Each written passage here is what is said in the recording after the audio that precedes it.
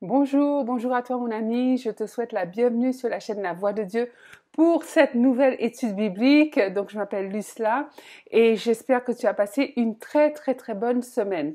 Donc en ce début d'année nouvelle, en cette nouvelle année 2018, le Saint-Esprit m'a mis à cœur de te parler, de partager avec toi d'un thème qui est très important pour Dieu. Il s'agit du pardon. Mais avant de rentrer dans le vif du sujet, j'aimerais savoir si tu t'es déjà abonné à la chaîne. Alors, si c'est fait, je te dis merci, 1000 fois merci. Si ce n'est pas encore fait, profites-en. Tu peux juste cliquer sous la vidéo pour t'abonner et même activer la petite cloche. Comme ça, tu seras averti à chaque fois qu'une nouvelle étude biblique ou qu'un cri du cœur ou qu'un vlog, hein, j'en fais pas beaucoup, mais j'en fais de temps en temps, sera mis en ligne. Alors, donc pour cette nouvelle étude, nous allons lire ensemble, donc tu peux déjà prendre ta Bible, le passage de Romains chapitre 12 verset 18 et nous aurons également un deuxième verset que nous allons regarder de plus près. Il s'agit de Éphésiens chapitre 4 versets 26 à 27. Alors, lorsqu'on parle du sujet du pardon, tu es d'accord avec moi pour dire que c'est pas très simple, c'est pas facile de passer une année, une vie sans avoir un heurt, un conflit, un sujet de friction avec une ou plusieurs personnes. Tu es d'accord, n'est-ce pas? En tant que chrétien, il est vrai que nous aspirons à la paix. Je pense que même si l'on n'est pas chrétien, la nature humaine, notre nature humaine veut que on se sente bien lorsqu'il y a la paix, on se sente bien dans des relations harmonieuses, dans des relations apaisées, lorsqu'il y a de l'entente et de la compréhension. Néanmoins, on voit bien dans nos propres vies ou également ce qui se passe autour de nous que c'est pas quelque chose qui est facile. L'être humain rentre très facilement en conflit avec un autre être humain. Donc des heurts, des sujets de friction, comme je te disais tout à l'heure, il y en a eu, il y en aura. C'est ce qu'on appelle la vie. Donc en 2017, tu as sûrement, tout comme moi, hein, été peut-être confronté à des difficultés relationnelles en famille ou des accrochages au travail ou peut-être à l'église ou je sais pas, dans le voisinage, peu importe. Cela dit, il est clair, et ce que tu dois vraiment retenir de cette étude biblique, ce qu'il est clair, c'est que le Seigneur nous demande de faire un choix. Nous, ses enfants, à chaque fois que ça nous arrive, alors c'est pas forcément fréquent, mais ça arrive quand même, le Seigneur nous demandera de faire un choix. Est-ce que tu veux continuer à entretenir des relations conflictuelles avec les autres? Est-ce que tu veux continuer à vivre, même après une dispute, à avoir ce sentiment de lourdeur et d'insatisfaction parce que il y a quelque chose qui ne te plaît pas, quelque chose qui ne te convient pas qui s'est passé? Ou alors, est-ce que tu veux te libérer de ce poids qui peut entraîner la rancune, la rancœur, la culpabilité, etc. Donc tu es face à deux choix que Dieu te demande de faire. N'oublions pas que notre Dieu, c'est un Dieu de paix. C'est un Dieu d'harmonie, c'est un Dieu pacifique. C'est-à-dire que il n'aime pas voir ses enfants se chamailler, des êtres humains qui se blessent, qui se tuent, qui s'insultent, qui s'injurient. Ça, ce sont des choses dont Dieu a vraiment horreur. Et d'ailleurs, nous allons le voir tout de suite dans le passage dont je te parlais tout à l'heure. Il s'agit de Romains chapitre 12, verset 18. Donc tu peux lire avec moi dans ta Bible.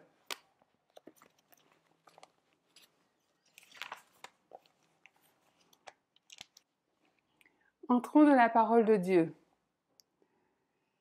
S'il est possible, autant que cela dépende de vous, soyez en paix avec tous les hommes. Ça veut dire que, enfin, je ne sais pas s'il y a vraiment d'utilité à expliquer ce passage tellement il est clair. Il y a des passages de la Bible qui sont bien mystérieux, mais celui-là, il est très très très clair. C'est-à-dire que Dieu nous demande de faire en sorte de s'entendre avec tout le monde, avec le plus grand nombre des personnes que nous côtoyons, ok? De faire en sorte, nous, d'accord? Si on reprend le passage, il dit « s'il est possible ». Donc, s'il est possible, c'est une première nuance. Il met une deuxième nuance quand il dit « autant que cela dépend de vous ». C'est-à-dire que nous, enfants de Dieu, nous devons faire en sorte que, nous devons faire des efforts pour, et nous devons vraiment avoir à cœur que l'entente règne autour de nous. Ça, c'est, on fait notre possible pour. C'est la moitié du chemin qui dépend de nous. En même temps, lorsqu'il s'agit de relations humaines, tu es d'accord avec moi que il y a l'autre moitié du chemin qui est représentée par une autre personne, une tierce personne ou même d'autres personnes au pluriel. Donc ça veut dire que toi, de ton côté, en tant qu'enfant de Dieu, en tant que chrétien, tu dois faire en sorte que tu ne te retrouves pas dans des conflits avec les gens. Maintenant, si ça arrive, on va dire, malgré toi ou malgré nous, il ne faut quand même pas exagérer parce que des fois, on peut se relâcher, on peut avoir des moments où on est moins patient, des moments où, comment dirais-je, on va démarrer au quart de tour parce que on est peut-être fatigué ou on a peut-être des raisons, peut-être pas de raisons, peut-être pas d'excuses, mais c'est comme ça, à ce moment-là, bon ben, on sera aussi peut-être à l'origine d'un conflit. Alors, il ne faut pas que ça soit la plupart du temps, mais ça peut arriver. Il ne faut pas penser que l'enfant de Dieu, non, il est clean. Il est tout le temps clean. Il n'a aucune raison de se reprocher quoi que ce soit. Ça, c'est faux. Donc, lorsque cela arrive, autant que faire se peut, Dieu nous demande de ne pas rester dans le sentiment négatif que cela va créer, que cela va engendrer par la suite.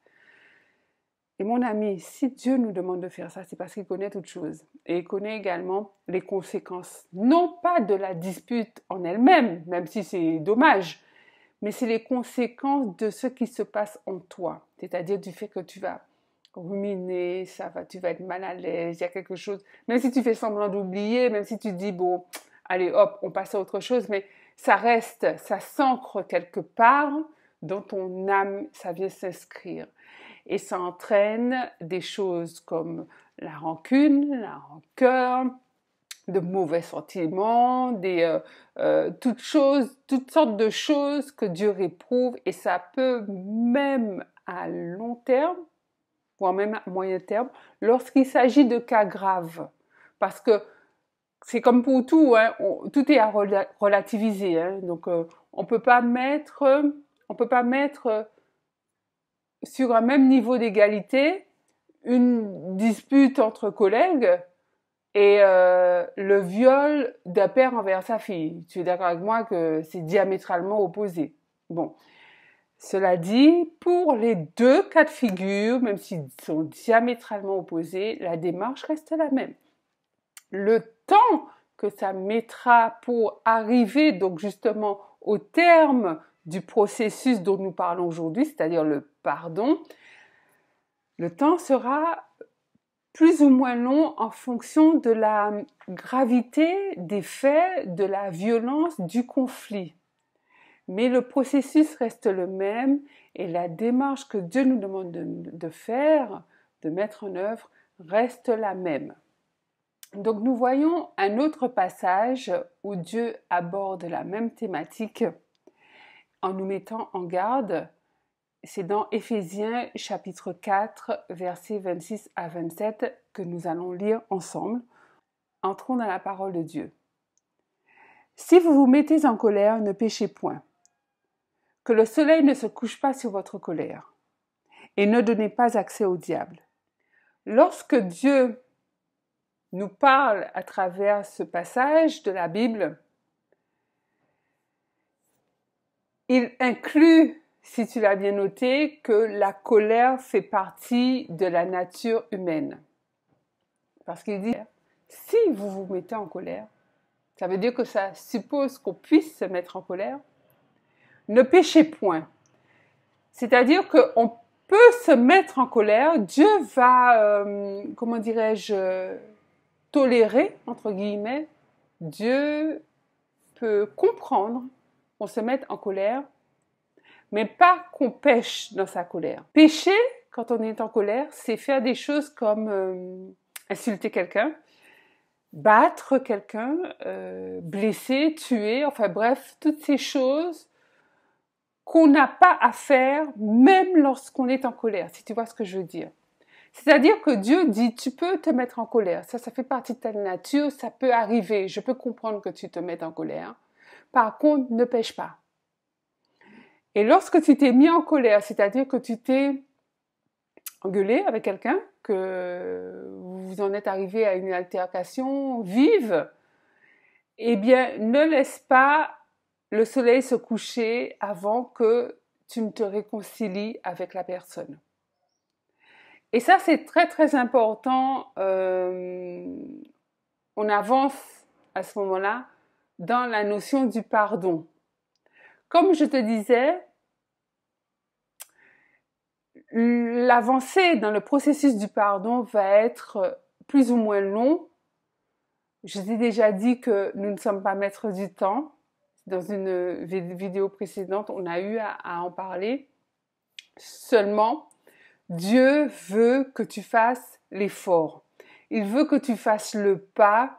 Il veut que tu adoptes la posture de quelqu'un qui veut pardonner. Mon ami, en ce début de nouvelle année, mon message pour toi à travers cette étude biblique, au-delà de toutes les bénédictions, de tous les bons vœux que je te souhaite, que je t'ai déjà souhaité, alors notamment dans le vlog, je te mets le lien au-dessus si tu ne l'as pas encore vu.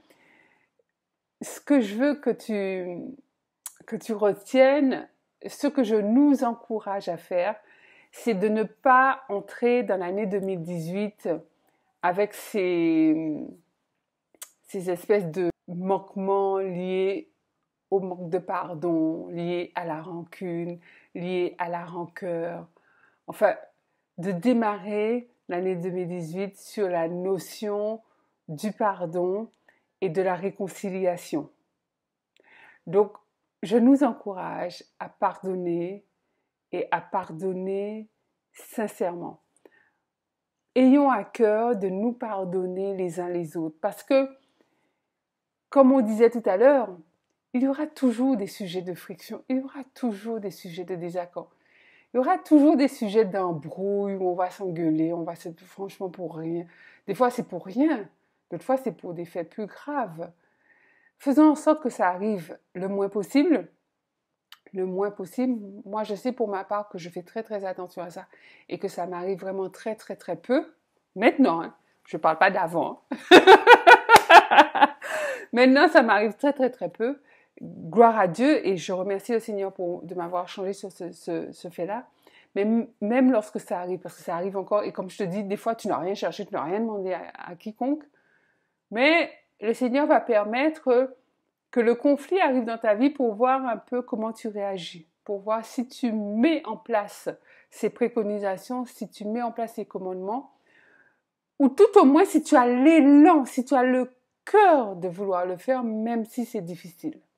L'idée, c'est de se libérer, de laisser aller tout sentiment de colère, de pardonner et de se libérer. Parce que quand je te disais tout à l'heure que Dieu nous demande de pardonner et qu'il sait bien pourquoi il nous demande de faire ça, c'est plus pour nous que pour la personne qui nous a blessés ou la personne qui nous a fait du mal. c'est plus pour nous qu'il nous demande de faire ça, parce qu'il sait très bien qu'en gardant cette colère en nous, ça va générer des choses dont on n'a même pas idée. Déjà, ça laisse la porte ouverte pour que le diable accède. C'est écrit dans Éphésiens, notamment au verset 27. Éphésiens chapitre 4, verset 27. Donc, lorsqu'on garde la colère en soi, on accepte que le diable vienne nous commander. Comment il fera ça? Il va te mettre en tête toutes sortes d'idées. Il va te mettre en tête de peut-être vouloir te venger, de peut-être attendre la personne pour pouvoir l'insulter, de peut-être avoir envie d'aller lui casser la figure. C'est toutes sortes d'idées et par moments, ces idées-là sont bien graves et peuvent détruire une vie ou des vies. Donc, il faut faire très, très, très attention sous l'aspect un petit peu anodin de cette étude biblique. Derrière, il y a un grand, grand commandement de Dieu qui est de pardonner et de pardonner pour ton bien. C'est pour toi, c'est pour toi-même que Dieu te demande de pardonner. C'est pas pour la personne qui t'a fait du mal, parce que la personne qui t'a fait du mal, dis-toi bien qu'elle aura sa rétribution. Elle aura le salaire de ce qu'elle t'a fait. Mais Dieu dit, à moi la vengeance. Quand il dit à moi, c'est à moi, il parle de lui, hein? Il parle pas de toi, il parle pas de moi. À moi la vengeance, à moi la rétribution. C'est lui qui se chargera de venger le mal qu'on t'a fait, pas à toi. Toi, tu te venges pas. 2, tu pardonnes le plus vite possible. Je sais, c'est pas forcément facile. Donc, je répète, tu pardonnes le plus vite possible, le plus vite que tu peux. Tu pries, si vraiment tu as du mal à faire ça, tu pries, tu demandes à Dieu de te donner la force de pardonner parce que tu veux pardonner. Et mieux encore,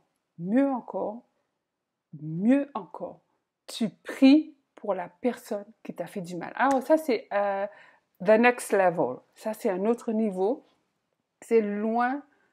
Mon ami, ne crois pas, je ne sais pas quelle situation tu traverses, ne crois pas que je minimise ce que tu subis ou ce que tu as subi. Pas du tout. Moi, je te donne l'enseignement que le Saint-Esprit m'a mis à cœur de te donner et je te donne l'enseignement qu'il m'a donné moi-même pour ma vie. Et je te garantis que si tu fais ça, demain, dans un mois, dans un an, peu importe quand, si tu le fais, c'est-à-dire les étapes que je viens de te donner là, de pardonner, de demander à Dieu la force de pardonner et de prier pour la personne qui t'a fait du mal, je t'assure, demande à Dieu de t'aider. Je ne dis rien. Demande à Dieu de t'aider à faire ça. Demande à Dieu de t'aider à faire ça et vraiment, tu verras la gloire de Dieu dans ta vie et tu verras de quelle manière non seulement ton ennemi ou tes ennemis s'effacent de ta vie d'une manière ou d'une autre et tu verras à quel point Dieu va te bénir. Il va te bénir parce qu'il sait très bien que ce que tu fais là, ce n'est pas quelque chose qui est facile. C'est pas quelque chose qui est facile, c'est pas quelque chose qui est humain. Je dis bien humain. Il nous demande de le faire, c'est qu'on est en capacité de le faire, ok?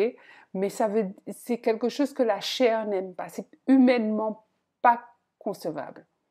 La société dans laquelle nous vivons se venge, condamne, juge. Tu es d'accord avec moi?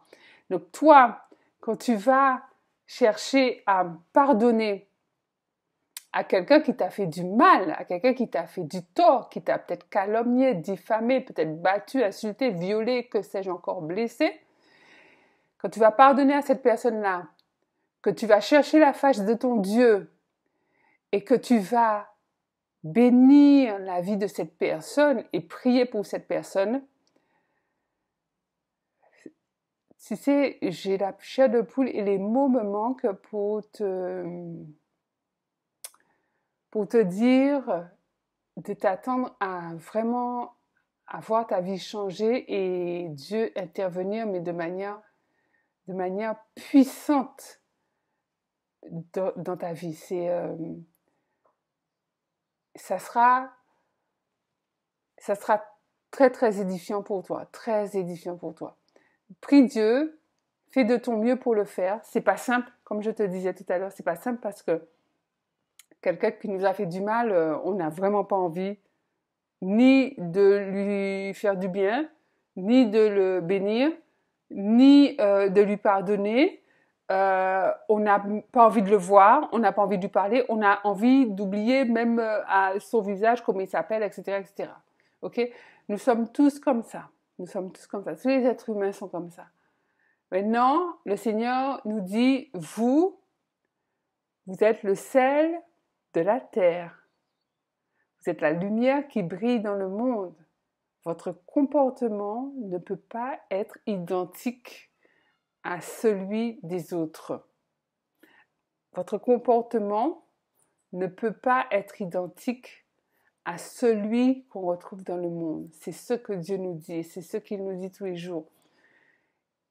Notre Dieu nous dit tous les jours, faites la différence. Montrez aux autres qui vous êtes. Faites la différence. Quand on vous regarde, et j'ai fait aussi une étude sur ce sujet, je ne sais plus. Je ne sais plus quelle étude. C'était sûrement les fruits de l'esprit. Je te mets le lien en haut.